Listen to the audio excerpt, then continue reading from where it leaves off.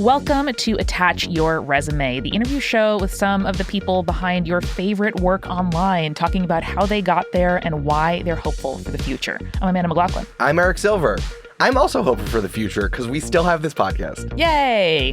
Rupert Murdoch has not hired his spies to shoot us and assassinate us under mysterious circumstances just yet. We can keep doing this. I mean, listen, if he wiretapped my phone, he'd see a lot of pictures of Mudang, so he's welcome to it. Now, imagining Michael Barbaro as like a silent assassin. That's why he's up so early so that he can record the daily, because he's an international assassin. All right, Eric, tell me about the guest that you've brought to us today. We're talking to Gita Jackson, co-founder of Aftermath and one of my favorite video game writers and podcasters out there. I feel like Gita's been online forever. You might know Gita from getting into fights with many people on Twitter because no one on Twitter knows how to read, so they jump on Gita. But also, I've been following them since they worked at Vice, at Motherboard, and Waypoint, and at Kotaku. They've also written for MTV News, GQ, and Paste Magazine. I feel like they've been video game writing for like as long as I have had a Twitter, which is upsettingly 12, 13 years. Like they've always been around on my feed as I've searched for good video game writers to follow. Gita has a real born in the dark energy, and the dark is, the hellscape of Twitter, which they have navigated professionally for years. At this moment, it seems like Blue Sky is doing great. Instead of it being a recreation of a dream of what Twitter used to be in its halcyon days, it's actually gaining some steam and continues to gain steam as Elon continues to be terrible and Twitter languishes as a right-wing haven. Blue Sky has the engagement. The engagement levels are 10 times what they are on Twitter, and I think everyone is actually excited about that. Unsurprisingly, Gita's crushing it. Amanda and I are also having a good time on Blue Sky. Follow all of us on Blue Sky. Something I really appreciate about this conversation you have with Gita is teasing apart the different strands of like reporting, deep dive journalism, and criticism, which is something that Gita identifies, as you said, as a writer and critic. And they do a really good job of explaining why criticism is really useful. Like you say, in video games, very common, and in movies where Gita also got some of their education, to have critical reviews that you can learn something from even when you don't agree with it, which maybe, again, hot take express here. You don't have to read things you only agree with. And that's something that I needed to be reminded of. It's something that's increasingly happening in video game journalism. I mean, between Gamergate 1 and Gamergate 2, there's just fully eliminating all of that. And video game companies, I think, are relying on influencers who already like what they're doing, or people who are super into looking at AI lady butts to like carry the water for this whole thing. It's almost like video games as an institution has gotten so top heavy and reliant on massive home runs of massive budgets that like there is no room for good faith, actual capital C criticism. Well, Gita's making room for it at Aftermath, and I love talking about their origin story and making the site, and also what they think should happen to sort of evolve the future of worker-owned subscription journalism sites, just beyond the fact of them to like what happens next. This is our second worker-owned subscription website that we've talked to, and once I get 5, I'll be able to summon Exodia. Oh, it's a Yu-Gi-Oh reference. Nice. There you go. Well, folks, if you are enjoying the show, we would love for you to check out what we do over at multitude.productions. If you're someone who wants to make a podcast or just make a living as a creator online, we have a ton of free resources, even free consulting. You can meet with Eric and me and talk about your career and what jobs you want to get. So go on over to multitude.productions for a bunch of free and low-cost options. If you like the show, we can do it for you as well. Wow.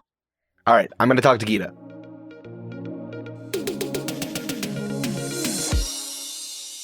You've heard it before. I have heard it. I'm like, I wish Gita was here. I wish I could be on it more, but because I love talking. Like, talking's great. Talking is a lot of fun. This is the app fest about this stuff. Amanda, how you doing? Should we start? Okay, thank you. That's great. I'm like, that's just my wife who's in a box right now. My wife's in a box. Yeah. I wish they should have put the lady in Jane Austen. They should have put her in a box instead of put her in the podcast studio. Yeah. That would have been much better for Jane Austen. Oh my God. I'm just thinking, I mean, they've already done Bridget Jones' Diary, but updating it again for the podcast era. Bridget Jones would be a podcaster. She would be. There's no way she'd work in publishing. No. Erin Brockovich and Bridget Jones would have a podcast together. They both would have a podcast together. Oh my God. They would have so good. They would each have their own, but they would also like guest on each other's podcasts all the time. You're right. That's on me. People would be begging for a collab.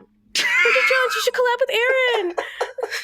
Erin Brockovich would have more substance in her podcast. Oh, sure. Bridget Jones would mostly be like, well, I'm thinking about losing some weight, but I don't want my boobs to become smaller. This is a real problem she has. Yeah, but Bridget Jones, she would have like 5,000 listeners, but every single one of those listeners like all work in publishing. Yes. And then like at the cut. Yes. So like yes. It would be like the Dumois podcast where she just talks about publishing gossip. And she would probably sell like a lot of ads for like publishing related bullshit. Does Dumois have a podcast? They do. How did they get away with that? I don't know. Right? Like, do they have a vocoder on at all times? My podcast where I talk about all the lies that I publish. And how everyone's not supposed to know who I am. Yeah, God, I love that she keeps getting called out for insisting that Taylor Swift secretly married her ex-boyfriend in England. Oh, okay. And then her excuse was, it's a UK only marriage. As if that's like there's a marriage that's only legally recognized in the United Kingdom. Yeah, she started a new church, and therefore it only worked in the UK. Of course. Yeah. That makes sense. If anyone was going to start a new Anglican church, it would be Taylor Swift, and that would be great. That would be so scary. I would really be afraid, actually, if she did that. That would be scary. I mean, but I don't know who else would do it. I mean, that's pretty much what she did when she recorded her new albums. Is like she invented a new rule. Yeah. It's the same thing as the Anglican Church. No, you're right. You're absolutely correct. There's been another schism in Christianity.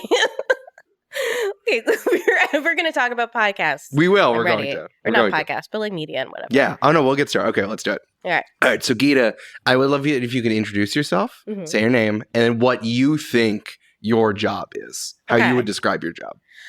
My name is Gita Jackson, and I'm the co-founder of Aftermath.site, which is a website where I'm allowed to shitpost professionally.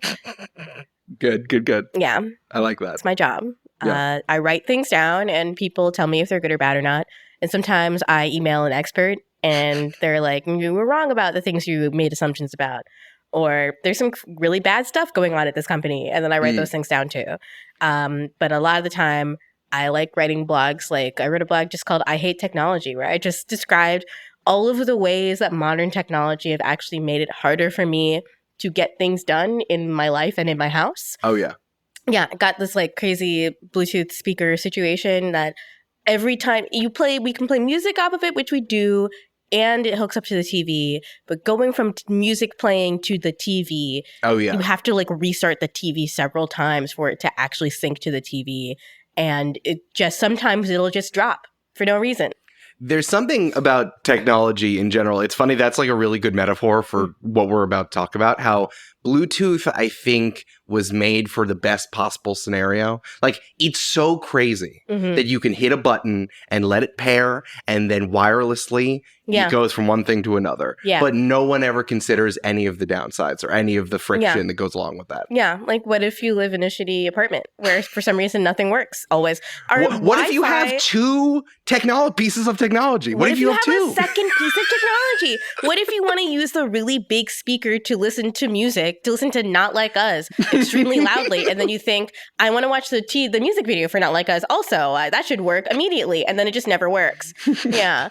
God. And also, my favorite technology thing that happens in my life is that the little box of the rat's nest of wires that my router hooks into is outside, and I don't have access to it. And every time it rains, it gets full of water, and my internet stops working. That's bad. It's really bad. From what I know about electronics, that's bad. And we our landlord doesn't do anything in our lives. No.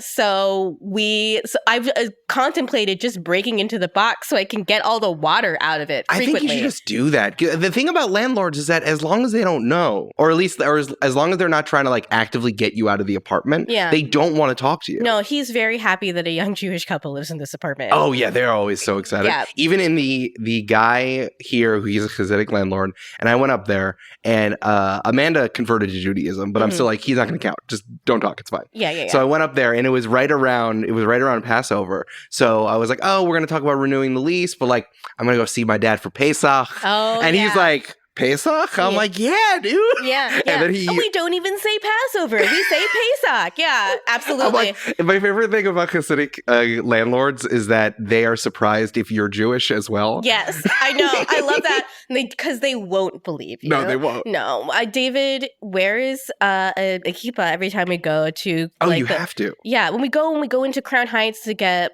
we go to Gambo's Heimische Bakery and get.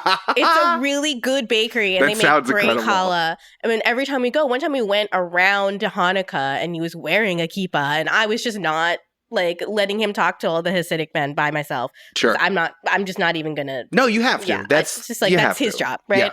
And they started telling him like when Hanukkah was, and I was like, it's really gross to me that they see you the way that you look, and then on top of that, you're wearing Jewish paraphernalia, and they're still like, you don't know when Hanukkah is, Right.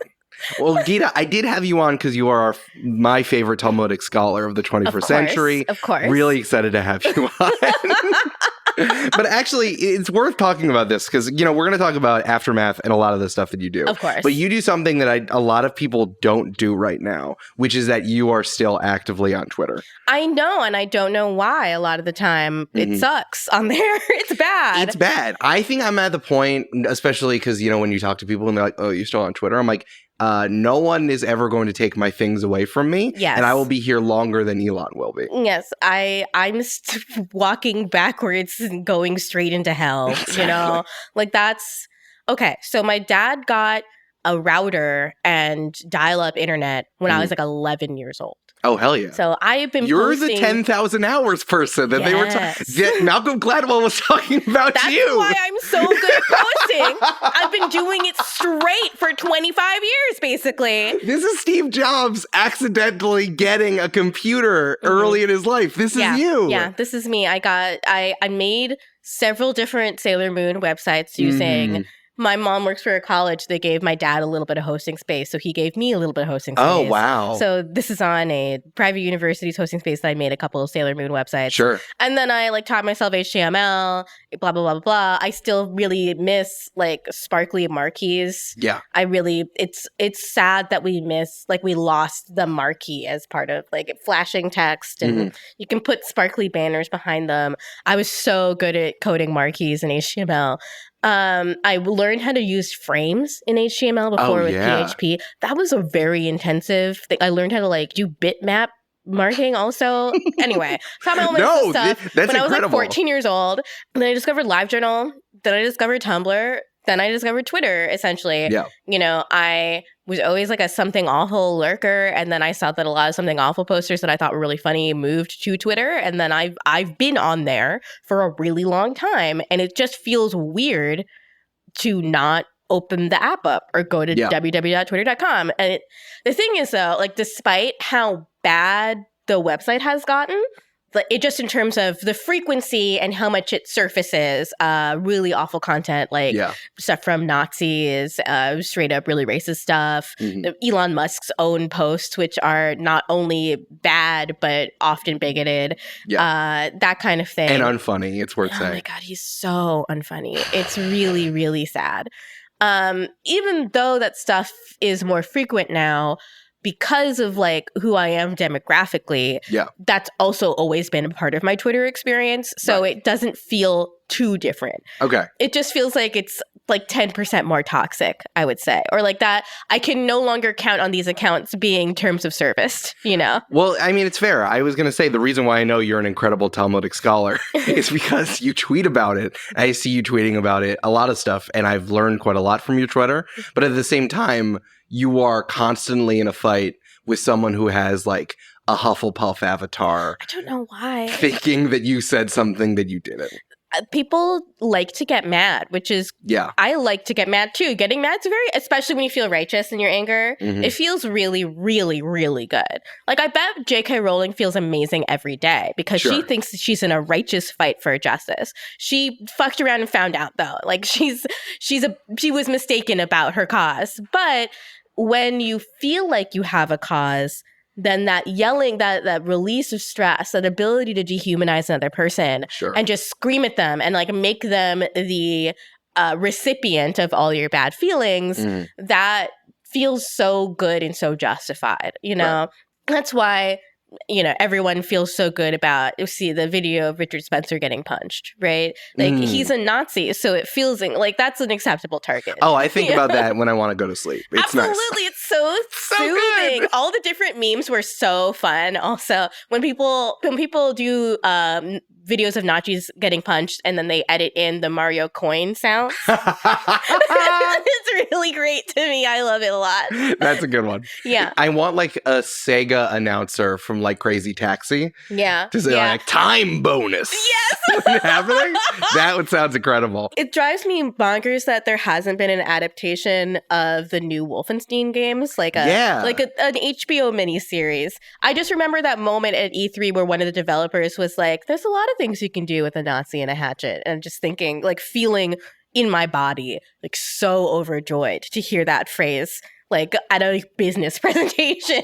I mean, but it's also like the backbone of majority of mainstream action movies. Like, that's literally what Indiana Jones is about. That's what Superman was about. Yeah. Absolutely. No, like beating up Nazis, beating up the Klan, those are the two acceptable targets, right? The fascist ideology is anti-human. Yeah. So it must be rooted out wherever it occurs. Yeah. I mean, that's literal Nazi zombies. Like, that's the backbone of the biggest franchise in video games. Yes. You know, a lot of modern gaming comes from shooting Nazis and beating up Nazis. I think that even the sort of, in the 2016 Doom game, you find out eventually that Doom Guy is on Mars because executives fracked into hell accidentally.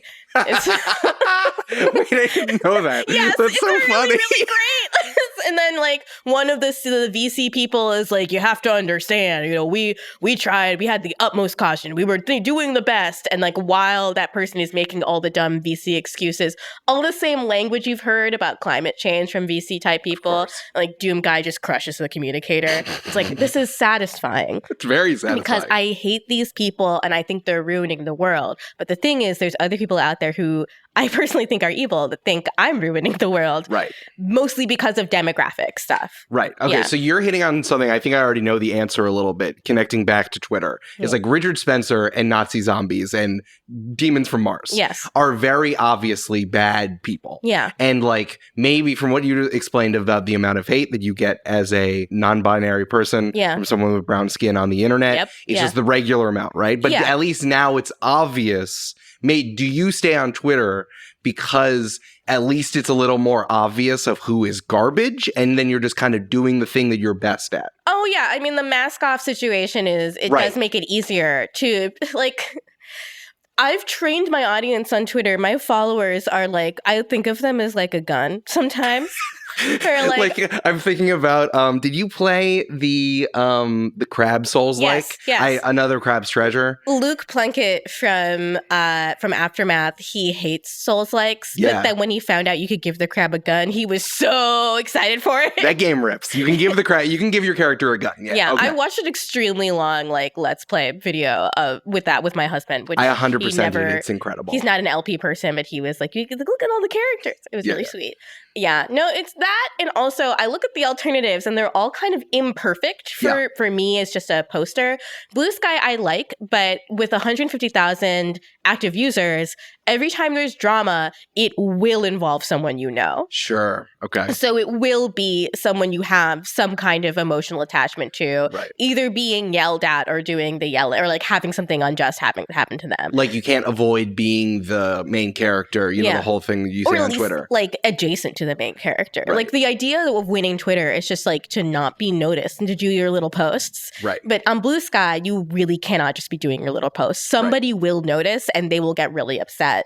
I talk about like political activism in terms of bullying. Like, I feel like you should bully all politicians. And I was trying to describe that. Like, well, when an elected official isn't doing the things that they said they would do to earn your vote, you should bully them. You should show up to their office in person. You should call them every day. You should Sure. send them faxes of all black so that their toner runs out, all that stuff. And someone accused me of being abusive on Blue Sky. And I was like, okay, well, this place has the juice, but it has too much juice. Okay. That's the way I've been describing it is like when you learned about the concept of utopia in like your freshman year college classes and like your literature classes, you read like Thomas Paine's Utopia, and it's like, oh, this was created for someone to try to make a perfect place, but it's not, because once you get out of theory, it's now real and it's unwieldy. Yes, very much so. It reveals difference, I think, when you are just in an enclosed space like that.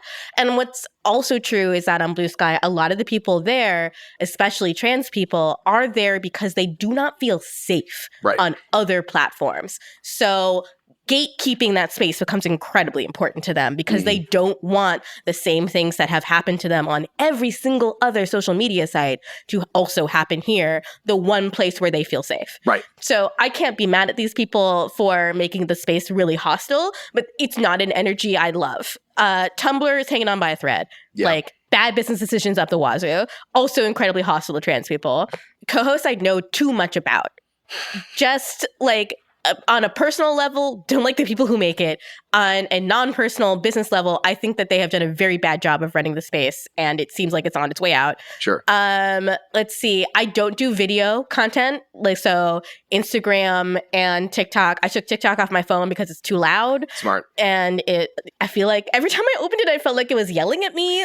I didn't like it. Every time you listen to it, you feel like you're one of those kids on the subway who listens to Drake songs out loud. Yes. And like, even if your headphones are in, you feel that way. That's how I feel. And it made me feel bad. Right. I didn't like it at all. It's very funny. I was out to dinner with my older brother and his long-term partner. And me and his partner were both like, we both realized that we do the same thing for TikTok, which is we rely on our husbands to find the good ones. And then they show them to us. I do that for Amanda on Twitter. Yeah. I do that. And then she really sends me good. Big Brother clips in response. Oh, that's wonderful. I love that. Yeah. You gotta, that's what you bring to a relationship. You both need to be good at different things. Absolutely. I introduced David to my beautiful husband, David Grossman. I introduced him. Good, we'll clip that. That's going to be the breakout clip, Gita. Everyone loves David. Every time I go anywhere, David has made a new friend. And I just think that everybody likes him especially much. He's coming with me to XOXO. And I think by the end of it, they're going to be carrying him out like on his shoulders. David.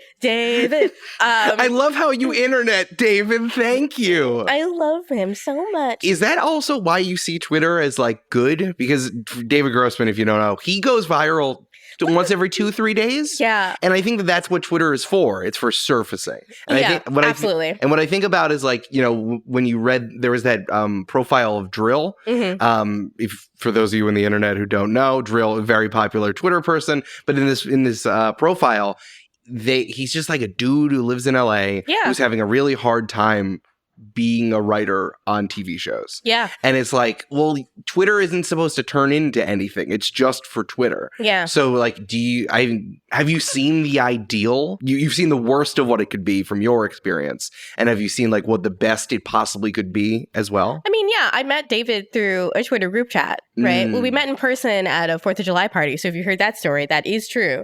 But like we were in a group chat together, and that's where we first got to know of each other's existence. Right. And it's not like I've gotten jobs off of Twitter, but before I moved to New York, most of my interaction with the games press was through the internet. And there was a time when you could get at least gigs off of Twitter. Like you can get in contact with an editor that was like, oh, we should, work together.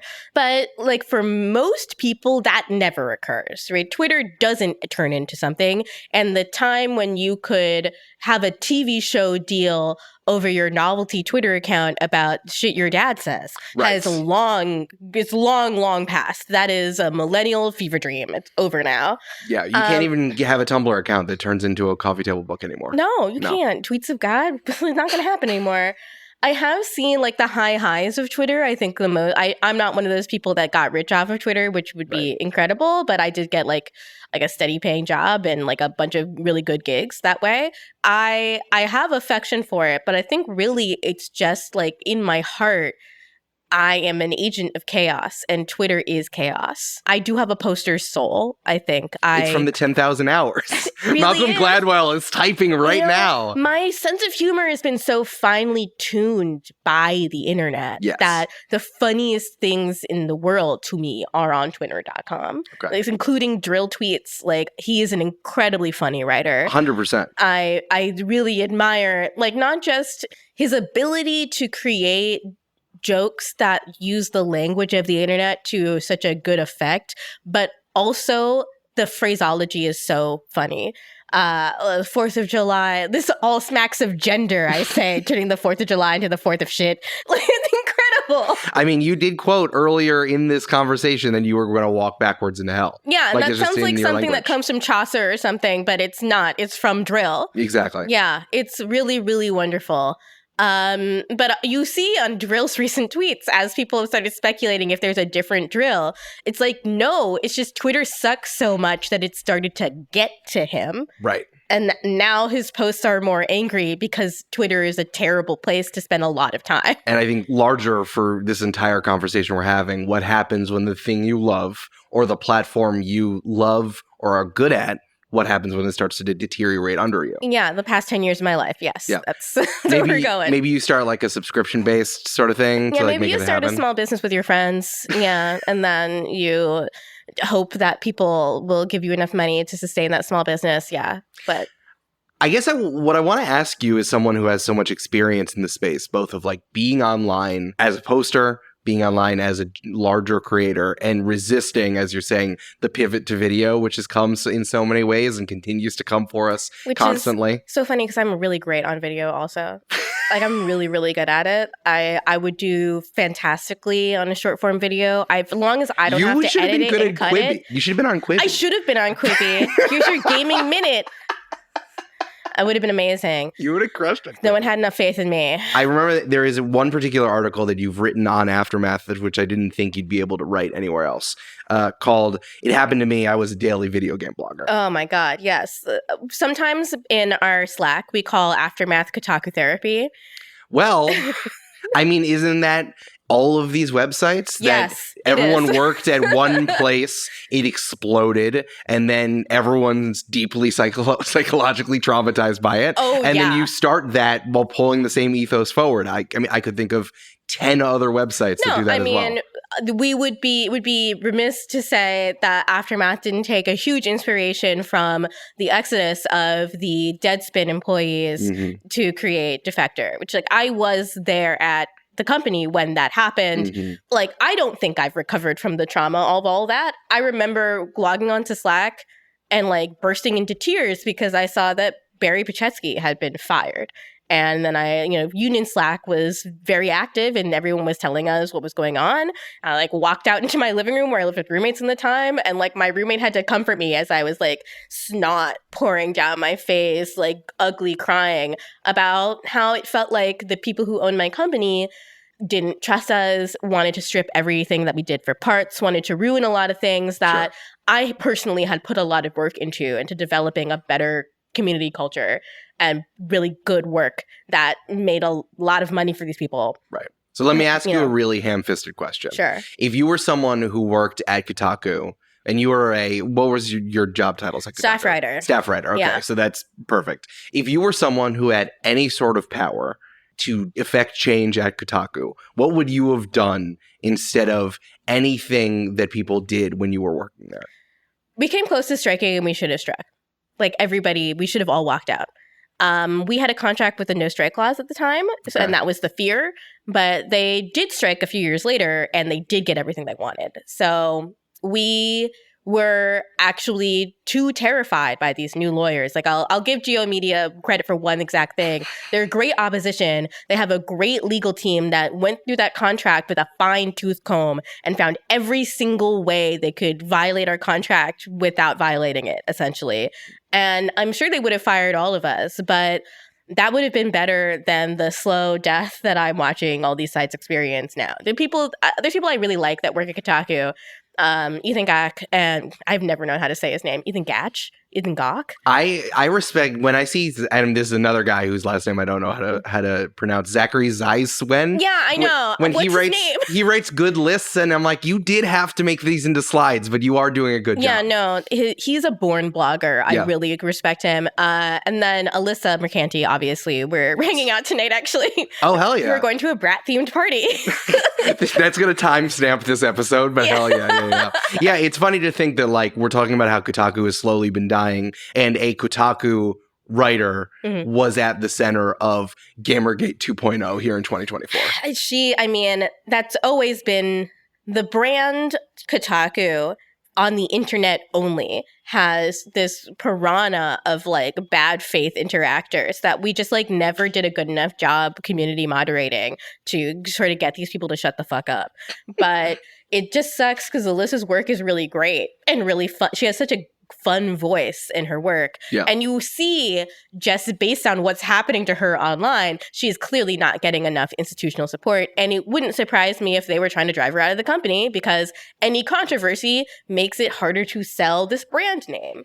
But, Riley wrote that great post for Aftermath, how stupid do they think we are? Right. About the effort from the people who hold the purse strings now is to get all of the people who do the writing that people like out of these brands and just sell the brand because they think the consumers are too stupid to know the difference. Right. But if you look at the traffic numbers for Deadspin versus what they used to be, you will see that that is not true. Yeah. Yeah. The thing that you said about Alyssa trying to get her out of the company while she's doing is like, what does controversy mean when you're an outlet? That if we were a newspaper in the 1920s and I was a newsie, I'd be like, oh, news selling newspapers? Like that, you just get more clicks. Yeah. It doesn't matter if they're hate clicks or not. Clicks or clicks. Chartbeat doesn't know the difference. Exactly. Whether this person is clicking ironically or not, Right. She brings a lot of positive attention to the brand alongside negative attention from people you don't want to be in your consumer base anyway. Yeah. Like, do you really want like people who like Grums and thinks he's Mark Kern is like a reasonable person to be a part of the people that read Kotaku? No, everything that brand is about is antagonistic to that person and those values. Right. You want to create an inclusive space for people that already like you, which is what we're experiencing in Aftermath in a lot of ways. People are deliberately choosing us. So our interactions with our fan base are so much more positive than the experiences I had when I was at Kotaku. You just see a lot more positivity when people want to be there. Right. Yeah. What are Aftermath readers looking for? I think the biggest difference between some of the other subscription-based websites and Aftermath is that Aftermath is already walking into a landscape of Patreon-based or subscription-based stuff. Yes. I can think about, well, it's because video game websites were exploding first to then turn into the other thing. So I remember when Aftermath was launching, you were like, we're not Remap. I want to make it clear that we're not Remap. We're not this other stuff. So what are Aftermath readers looking for when they come to Aftermath? Most of what they're looking for is honest, usually left-wing politically, business analysis and original reporting on top of anything that we want to write. They are looking for what our specific opinions are and not, one thing we decided early on is that we were not going to do the breaking news game. Like we are not going to be first and fastest, which was often the case at Kotaku, always fight to break things first before other outlets. Because we had great SEO, we had great Google placement. We don't have that anymore. So we don't have to be writing about the next season of Fortnite or whatever. We don't have to be chasing the SEO for funny tweets when there's something happens. We can just write about the stuff that we like. What Riley McLeod, who edits all of our pieces, often says is the blogs are their money. Right. I mean, every time we write a blog, no matter what kind, people discover our voice and they're into it. What I think people also really like in terms of our news analysis is that we don't feel beholden to making these companies happy in any way because our money does not come from being the first to post our review, hitting the review embargo date. We don't have to worry about whether or not Bethesda is happy with us. Right. We can just post things that we believe are true about Bethesda. And we frequently do post stuff that I never would have been able to post, even at Kotaku. I never would have been able to post advice, even. Just stuff that is clear-headed about the totally mismatched levels of power between workers and CEOs in the gaming industry. And we get a lot of attention from readers for those stories because I think there is a hunger for video game news that people feel is unbiased, but also comes from journalists who know what they are doing. You were talking about there's like a lot of Patreons and et cetera, Ko-fis in the space, Sure. you know? That's true, but they're mostly for influencer types that want to do influencer type content. We don't do influencer content. We don't even like stream video games, although I would really like to stream the Crusader Kings 3, A Song of Ice and Fire total conversion mod, which is going to add dragons pretty soon. Oh my God. I got early access to dragons, and dude, it fucking rocks. It's so good. This is what being a journalist is like, guys. Yeah. You get early access to dragons. That's why you work in the space. That's what you're supposed to learn from this episode. Yeah, one of the I'm playing a Targaryen dynasty, and one of the distant Targaryen cousins hatched a dragon and named it Porkchop. And that's pretty cool. I would die for Porkchop now. Porkchop Wait, was is that my just love. that was just Porkchop like is life. inserted as like a randomly generated Yes, name? That's they told awesome. me they dumped a lot of the non-flavor names, but sure. they couldn't get rid of Porkchop. It was stuck in the code. Pork chop is load bearing code. I'm There's sorry. gotta be a dumb Targaryen, right? That names their dragon Porkchop. I think that's what the new dragon show is about. Oh yeah, it's about all the dumb Targaryens. Targaryens. No, it's so true. Every time I watch it, I'm like, everyone in the show is so stupid. I love it though. It's like it really is anti-ruling class propaganda because they don't know any better than us. No. This all happened because two lesbians couldn't come out. Like That's true. That's what we learned in season 2. That's what it is. absolutely. Oh my God. Yeah. Alicent and Rhaenyra are completely in love with each other, and if they could have just come out and ruled together, none of that would have happened. Gay rights. It's funny that we're having this conversation about this. It's like what people don't understand about working in this industry. It is the constant push and pull of just like nonsense decisions and then the creation of stuff that comes out of it. Like we are talking about a silly thing that came out of the need for Warner Brothers to create the IP and extrapolate an entire TV show out of 3 lines of text. Yeah. Right. And yeah. it's just like, that's how I feel talking about anything when we're talking about media. It's like, we are trying to do the best that we can under the parameters of absolute nonsense. Yeah. Yeah. It really cracks me up on Twitter when people are harassing me and they talk about journalistic ethics and standards. And it's like, I have a degree in cinema studies from Oberlin College. Right. So you're talking to the wrong person, number one. Number two, I would know more about that having been a working journalist for 10 years doing hard journalism. I'm not always a person that just posts about, fucking buttholes or whatever I write about.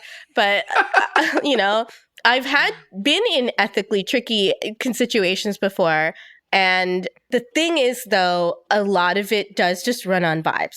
Yes. Is what you discover is that there is never an actual right answer to any of the ethical problems because everyone is just trying to do their best.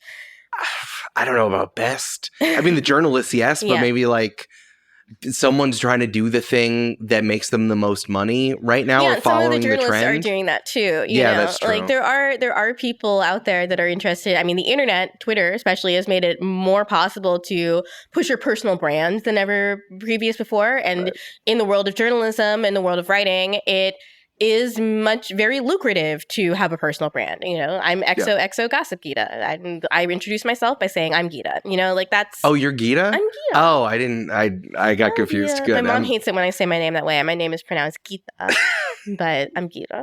And until she understands what exactly it is your job is, I think that you're allowed to do whatever you want. She doesn't listen to podcasts. No, she doesn't. She doesn't. That's okay. My mom's probably not listening to this one either. Oh, great. We love that. She wants to be on podcasts. I let her be on one, and now she's like fiending to be on every single one of my podcasts. And I'm like, the joke is my mom would be an incredible podcaster. She's a professor, so she has a beautiful mellifluous voice. She can lecture like nobody's business. She has a great recall for random facts and all of that stuff. Oh, yeah. Wonderful conversationalist. But I think she would just panic because she would be like, this goes on the internet? Yeah. And then people listen to me? Like, that's crazy. That's the whole point. That's like what you're doing in the when you're lecturing. Yeah. Can we talk about your cinema studies degree for a second? Please. And at the risk of me quoting you back to you, this was about your cinema studies at Oberlin. When I was in college earning my degree in cinema studies, LOL, that's what you wrote. It was pretty good. I learned quickly the best way to be well versed in the language of cinema is to watch as many movies as you can. Even bad movies have lessons for you. The same is true for playing video games. Working that hard, playing as many games as I did for so long, is giving me the language to describe gameplay systems, intentions of playing a game to a greater degree of skill than I had before then. And it also takes the bloom away from the rose a little bit. It's hard to be excited for something when you know that you'll be staring at it in the dark in your apartment at midnight, long after your roommates have gone to bed. It's hard to be excited for something that fundamentally feels like unpaid work. I think that was from the article. Yeah, that was from I Was Once a Video Game Blogger. Yep. That was part of the larger conversation you have about like needing to play video games and then writing about it later, only being on the clock. Was actually you writing about it, not just the playing. Yeah. I wish you were paid to do it because it's kind of an inherent thing about being a creative worker. Yeah. Is that you need to watch stuff. Yeah. You need to consume stuff. And I think everyone forgets that as soon as they come into what they now have to realize is a creative job. Yes, I think in video games especially, there are a lot of people that get into it with the intention of being a paid fan. They want to be a fan professionally. And then they get confused by things like the recent controversy with Valve, which will also date this episode. But recently there is a thing where reporters from The Verge played this game that Valve put out that has like a semi-public beta where if you know somebody, you can get an invite code. And there's a pop-up that says, please don't talk about this. But that's not binding in any way. And if you're a journalist, the fact that Valve has put out a secret game that you can play, maybe kind of, that just is a story. That sounds like news. Sounds like news. You know, so there's a lot of people, some people like in the influencer sphere, they are confused by the actions of journalists here because if they did that, then they would be risking brand synergy with Valve. But the role of a journalist is not to make companies happy. So Valve can do whatever they want. Like it's pretty clear that, you know, The Verge is probably likely going to lose access to the game after publishing an article like that. I feel like everybody probably knew that there. But it's also like, it is one of those things that I constantly find myself having to push back against when you see video game influencers online try to talk about what it is they do. It's like, no, I don't take stuff from companies that I report on. I don't want a big swag box from people. AMC sent me some nice stuff about Interview with a Vampire, but it's not like I'm doing hard reporting on that. I just think the show is really good. Right.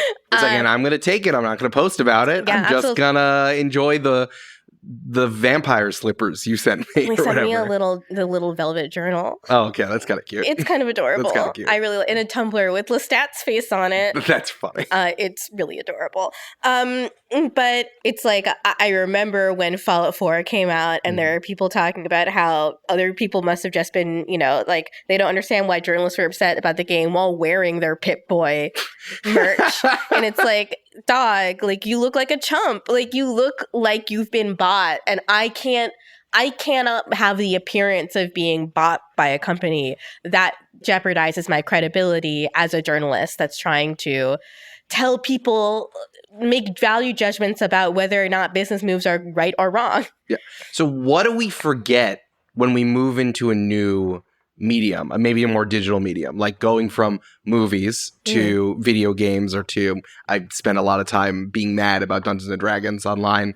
What do we, like, obviously there are popular critics like Ebert and Roper, Pauline Kael. They were important because they had the ability to rip things apart and show people what movies were about. What do we lose? What do we forget when we move mediums that all of a sudden it's better to be a stan or a lapdog, honestly, than actually being a critical person just for the health of the art form, which supposedly you and the Pip-Boy wearer both want video games to be good. So what do we forget about the necessary existence of criticism? You know, I remember writing my critical review of Final Fantasy 16, which was, I mean, I say it's critical, but it was it was mixed. There are a lot of things in that game that I really liked. I thought the boss fights in the game were truly, you go to space and you fight a dragon.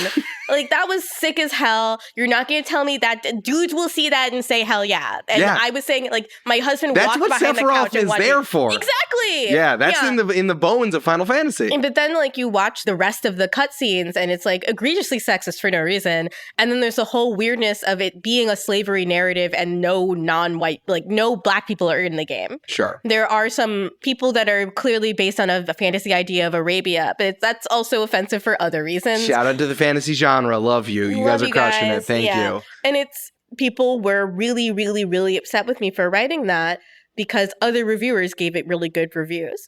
And Well, it's like, that's what I don't understand. I really don't get it either.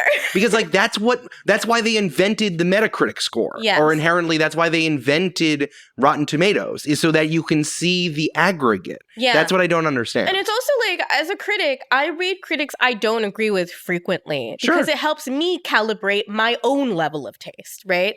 Like Armand White, me and him diametrically opposed. We are exact opposites when it comes to what films we like and what we appreciate about the medium. Mm-hmm. That means I can read an Armand White review and appreciate it because I can see how he arrives at his conclusions critically and then just think, well, I'm probably going to hate this movie he loves because I don't like the things he's lauding about this. I love it when people tell me, I read your review, but I'm still going to buy the game because a lot of the things you mentioned as negatives just don't feel like a negative to me.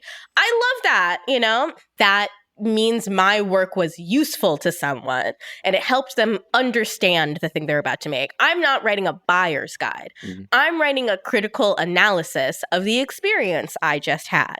And you might agree with some of those things and you might disagree with some of those things, but you should be able to, in your own brain, with your own thoughts, figure out how you might feel about a video game based on the conclusions I draw and the arguments I make. Right. That sounds good for video games. Sounds good for the culture generally. I mean, we've seen the sort of defanging of review culture across all media. You know, I've seen this new trend in book reviews is outlets will run a positive and a negative review at once. And I think maybe that's better than not running any negative reviews ever. That's interesting. But it's weird. That's interesting to do in general, but not interesting to do because you're worried about what everyone's going to say. Yeah, but you should have faith in your critics to be able to write things that are true. Yeah. And the audience should not be looking at critical reviews as validations of how they already feel, but perspectives that they might not have considered. Like that's the point of reading reviews and criticism is problematizing things, you know, taking things that you from and interrogating them from perspectives that you might not have considered before, right? Like I think that something got lost in the popularity of the feminist framing of criticism for many years, like all throughout the 2010s, everything was sort of from a feminist perspective, blah, blah, blah, blah. It's not like feminist critical analysis is bad. I'm envisioning the YouTube video that came from. That's very funny. Yeah, people forgot that is just a specific frame that people are interrogating a text from. Yeah. That does not mean anything about the quality or entertainment value of that piece of media, that text. That just means if you look at it from this perspective, through this framework, here are some interesting problems that occur with it. Mm-hmm. You know, my friend Nico Deo wrote something for Polygon about the Elden Ring boss Millennia. Yeah. That was specifically feminist critique, and people got really upset that this was being done at all. And that, I think, is the thing. You know, people look at articles as this is the viewpoint of everyone that works at this publication, and they're writing this to shame me personally. Yeah. When, no, sometimes you write just to ask questions. Sometimes you write to discover. But the idea of art and play being a part of our lives, intellectual inquiry just being a normal part of our human experiences is completely evaporated from American culture. Like, it's just, we are here to sit in front of the bad screen and then go home and transfer to the good screen. And then if the new movie that comes out isn't the best thing we've ever seen in our lives, shit our pants and die. I'm envisioning someone watching Wolverine and Deadpool when shitting their pants and dying when you said that. Yeah, no, that's what I was thinking about too. Gita, I could literally listen to you talk about this all the time. I really do like listening to you talk about podcasts. I've been listening to you for a long time. Oh, Do you think you're as good now talking about this stuff as you were in 2016 when you were named best video game blogger Oh my of the year? God. Oh my God. That was like, I remember when that happened. Critical Distance is such a cool blog. It is. I really love it. And I remember being like, this is like a really important like industry. Like people declare this. And I was at dinner with my parents and I like passed the phone around and my mom like read the entry out loud. That's what awards are for. It's only for showing your parents and grandparents. So my mom has context for what the fuck I'm doing with my life. Someone said I'm doing a good job regardless of what that even means. Yeah, no, I had a quote of mine post embedded in a fucking BuzzFeed post, and my mom texted me and she's like, Gita, there's some of your writings on BuzzFeed. And I saw it was a tweet and I was like, no, that's not what I wanted you to see. Yeah. Can I share with you something you said in an Inverse article that you got interviewed for when you got the commendation? Sure. Okay. So I'm sorry. I am going to quote you back from 2016. Sorry. So Inverse asks this question. You just got recognized for doing incredible work in a very small field. How does it feel? Are you headed to Disneyland? Oh my God. And here's what you said. Still can't quite believe it. I'm eating pizza in bed right now. This isn't the first time I've done pizza in bed this year. There are at least 10 days of pizza in bed this year. It's weird to have won an award, ? I'm successful now, ? My credit card company has also been calling me for a month straight, 3 times a day, every single day. Yeah, I mean, the only thing that's really different is that the credit card company is not paying me that much and I'm lactose intolerant, so I can't have cheese as frequently as I used to. You can get you can have pizza in bed and have Lactaid. That's true. But I don't eat pizza in bed anymore because I have a cat. And smart. Pizza and French fries. Those are the 2 things that she wants. She doesn't like human food otherwise, but she will eat those 2 things. Okay. So that plus crumbs in the bed, don't want David to go through that. Yeah. Yeah, I mean, to me, every day I wake up and I'm like, oh, people care about the things that I write and I have like a career in writing. To me, it feels like a big joke. And I know it's not a big joke, but it feels like a big joke because it's hard for me to take myself seriously because I constantly am having an existential crisis about whether or not I'm a good writer, like every single day. So, yeah, that isn't the first award I've won. It's not the last award I've won. Also, I won an award a couple of years ago for excellence in media from a like Black specific group. Cool. Yeah, it's a very cool plaque that they sent me and I hung it in my office. And that's not the last honor I've received. You'd think that the positive reinforcement at one point would like stick for me, but no. The thing is like the lack of sustainability and then also the lack of institutional support for this field specifically makes it hard to feel satisfied with the work you've done. So I just see like bigger and bigger prizes, like bigger and bigger opportunities to push the work forward, and I'm just never satisfied. Sure.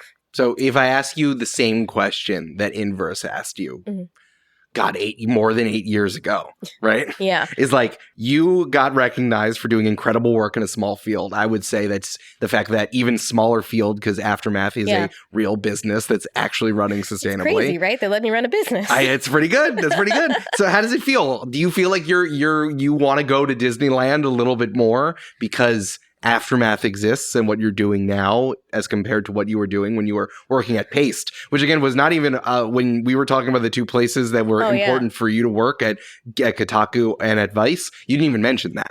Paste was cool because I got to be an editor and I got to like commission pieces and shit. And like that never happened again. Nobody gave me that much power ever again, which I mean, I think was wrong of them. I think I'm a great editor, but I can't even be like happy and about Aftermath's really so far successful, not even first year, because I'm thinking towards the next thing. I'm thinking towards, okay, when are we going to make enough money through subscriptions or other deals that we might make, investment deals we might make, that will allow us to have an office space, allow us to hire more people to work for us? How can we create a sort of an alt weekly of video games that exists online? I've been thinking recently of this sort of 404, Defector, Rascal News, that kind of thing as an alt weekly space. Like there used to be the Village Voice and now we have Hellgate, like there used to be people who were interested in covering the stories that were not going to be covered by national newspapers by creating their own small alternative newspapers. And while there are some cities like Seattle and Portland where that culture has remained really strong, one of the things that's affecting all media is the inability to fund small local journalism. So we are recreating the alt weekly in a way. We're finding another way to finance the thing that the Village Voice used to be able to do. I look at that and we're not there yet. So, I remember just when Bernie Sanders was doing a debate and like one of the other candidates was clearly starstruck and like one of the billionaire guy that was running was starstruck and came up to him. Yeah, I remember and he was like, "Hi, it's so great to meet you." And he's like, yeah, good. That's how I feel when people congratulate me on Aftermath. It's like, I'm thinking about the next thing though. I'm thinking about how we can take this and create a network where people like me who have careers in media but haven't been able to get the institutional support they need can create an institution where we all lift each other up. The rising tide, of course. Yeah. I think that people, going back to something we said about everyone forgetting what happened in the past when we're changing mediums or even when we go from when we're talking about Nazis, right? We forget literally something that was a tentpole in the past. So it's like, that is how companies rise and fall, especially in media. Like, obviously all of the layoffs that happened throughout all of media have been terrible, but like that's because companies overspent and now they laid people off because they're fucking stupid. Like they could have not overspent, or video game companies couldn't have thought that 2020's revenue wasn't going to be the same forever, but they did, so now they have to lay people off. Like, it's not the end of the world, it's the cycle. And I think part of that cycle is this is where things start. I'm really excited for the future of media and new companies starting, because like these are the seeds that grow into something. Yeah, no, it's we're seeing now institutional knowledge being built again. Exactly. One of the problems of the sort of dissolution of digital media is that brain drain is very real. Like, you look at the masthead for Kotaku, and Carolyn Pettit is like, she's fucking incredible. But almost everyone else that's there is extremely green. Yep. And that's not a problem unless there are no other seasoned journalists there that can help show them the ropes. When I got to Kotaku, like, I got to know Tim Marchman. I got to know Evan Narcisse, who is my blog father. I love that guy. I had Jason sitting next to me. He types with his... The video game boogeyman himself. Oh my God. He types with his hoodie all over the top of his fingers. He's incredibly cold in the Gawker offices. So he'd just be like slamming at the cords. Every time he said something in Slack that annoyed me, I'd just be like, fucking penguin ass. But I love him. There's one time when there was like a video game March Madness draft that was like really viral, and we posted it in Slack, and I was sitting next to him, so I knew he was typing furiously, and I saw what he was typing was, "The seating is all wrong. I don't have enough time to look into this." It's like, yeah, dude. Yeah. That is the kind of person that's going to go on to do what he's doing. Absolutely. No, he's just like a mad dog. He will not let go. I appreciate it. So having him in the union was so good. It was amazing. It was very helpful. I feel like, though, a lot of these voices are no longer at these legacy sites. Yep. I worry for the people who are at Geo Media right now. Every time I had a sticky ethical question, I knew there was somebody who had a ton of experience that could answer those questions. One of my first couple months on the job, Jezebel ran a clinic on how to report sexual assault cases. Oh, that's awesome. It was Anna Merlin and Juliet Escobar-Shepard, who have so much experience and were incredibly helpful, had stapled packets to give to everybody. And then we're also on call any time on Slack if you had a story that had a question that your editor couldn't answer for you. What's lucky is that we are now building new workplaces where we can begin to rebuild that knowledge back up. But also, we have the benefit of having a Hellgate, a Discourse blog, a Defector, of all these other places that have been doing it for a couple of years now, where they can help us with some of the growing pains of our own business, right? Hopefully, my dream would be like a return to the web ring, where on our homepage there would be like, visit the other sites in our ring, and like, you know, it'd be like 404 Defector, Hellgate, et cetera, et cetera. That would be nice. Wouldn't that be nice? Wouldn't that be sick? It would be amazing if we could create a system where you could, you know, like the streaming package deal, you could subscribe to a bunch for a discounted price. That would be amazing. But these are things that we'll leap over those when we get there. We are kind of reinventing the wheel, but at the very least, we are going in there with some success stories to draw from. Some people that are always all so excited to help you too, because layoffs are happening every day in media. Outlets are shuttering every day, you know, and even in independent media, you are seeing some examples of projects that didn't work out, which is unfortunate. But as we all keep doing it, the more we learn about what it takes to run a business of this kind. Yeah. All right. Well, Gita, I have one last question for you. This is because it is a presidential year. I always like those questions where they're like, hey, why should you be president? And then they're always like, oh, and then just say there's some speech. But like, what if they actually answered those questions? And I think that CEOs of media companies need to answer these questions. Yes. And I'm very excited to ask them to more CEOs. But I want to ask you, because you are technically a co-owner of Aftermath, as one of the 4 worker owners of Aftermath. So Gita Jackson, why should you co-run a media company? Because I'm really good at delegating and knowing when people are smarter than me.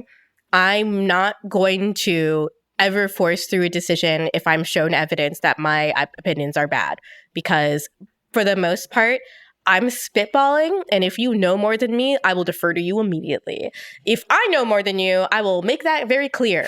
But if you are showing me data, if you say I've done that before and you're saying ABC, but I actually know XYZ, I'll be like, sure, whatever, you know, absolutely fine. My goal is to get through life without doing too much work. So the less work that I have to do, if the more that I can delegate it to someone who knows better than me, the better for literally everyone.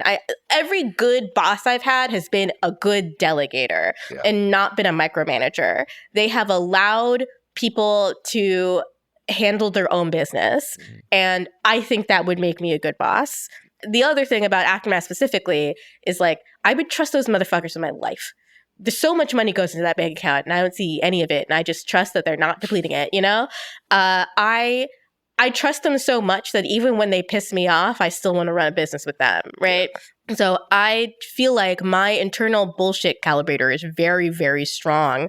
I considered doing something like this solo and building a team around myself. And I'm just so glad that I didn't have to do that, because people I've already worked with before had a better idea that I could just join in at the last second. My tipping point is in something else. I spent 10,000 hours posting. You guys do money. Yes. You And do I'll money. do the funny ones and you do all the serious stuff. It's like, if I don't want to do the serious stuff. No, you do I don't. it. No, I mean, I love reporting, but I'm a critic at heart. I'm a cultural critic. That's all I've ever wanted to be. I just think about the world and why we're all like this every second of the day. And while I know I could, you know, get on the phone and start cold calling, cold emailing, I would so much prefer just thinking my little thoughts and writing them down into a little blog. It's good. Everyone has their strengths. Yeah, I know what my strengths are, and I very much know what my weaknesses are. That's just as important. Yeah. If only someone had told all of those terrible bosses we had in the past what their weaknesses are, maybe we wouldn't be where we are. But maybe it's worth it. I don't know. I haven't decided yet. That would be pretty great. It would be pretty great. Yeah. But something you're good at is talking on a podcast. So thank you so much for being here, Gita. Thank you for having me. Yeah. It's been so fun. Yeah, you can send this to your mom. Be like, this was official. I went to their office and everything. Yeah, sure. Mom, don't look at my Twitter account. Just don't. You're not going to like it and you won't understand it. It's just like all Talmud and fighting with Harry Potter guys. Yeah, Like, sorry, exactly. Sorry. don't do it. Attach Your Resume is created and hosted by Eric Silver and Amanda McLoughlin. It's produced by Brandon Grugle, edited by Misha Stanton, and our cover art is by Shay McMullen. We are a production of the Multitude Podcast Collective and Studio. If you like the show and want to learn more about how Multitude helps creators make a living, follow us on social at Multitude Shows or visit multitudeshows.com.